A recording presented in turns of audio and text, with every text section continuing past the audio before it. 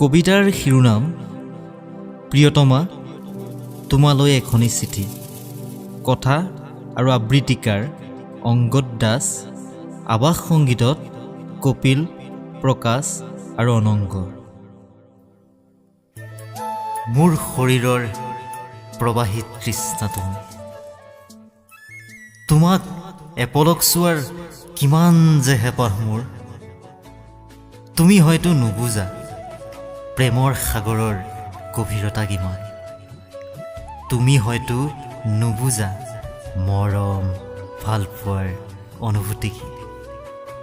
তোমাক মোৰ বহু কথাই হিয়া উজাৰি ক'বলৈ মন যায় জানা, কিন্তু নুবুজো কিয় তোমাৰ কাষ চাপিলে মোৰ ভাষাবোৰ কলৈ যায়, আৰু নাজানো কলৈ যায় মোৰ অনুভূতিবোৰ।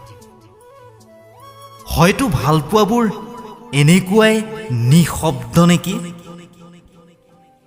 মোৰ এই নিঃশব্দতাত তুমি জানো মোৰ ভালপোৱাবোৰ বিচাৰি পাবা। তোমাৰ মনত আছেনে প্ৰথমবাৰ তোমাৰ লগত ফোনত কেনেকৈ কথা পাতিছিলোঁ?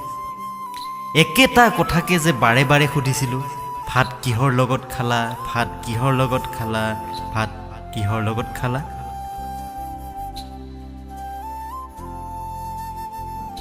সেইদিনা ৰং নাম্বাৰ বুলি তুমি ফোনটো কাটি দিছিলা। মোৰ মনত পৰিলে আজিও হাঁহি উঠে জানা।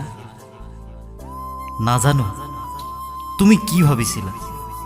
ধেত, তোমাক সেইদিনা একোৱেই নহ'ল কোৱা। তুমি চাগে ভাবিছিলা ই কেনেধৰণৰ ল'ৰা।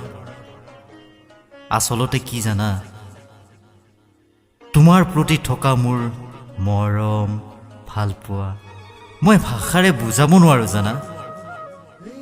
তুমি জানো নুবুজা মোৰ চকুৰ ভাষা, তোমালৈ থকা অযুত মৰমৰ বৰষা। প্লিজ প্ৰিয়তমা, তুমি এবাৰ মোৰ বুকুৰ স্পন্দন শুনা না, য'ত কেৱল তুমিয়ে আছা, তুমিয়ে আছা, তুমিয়ে আছা, অ' মোৰ প্ৰিয়তমা।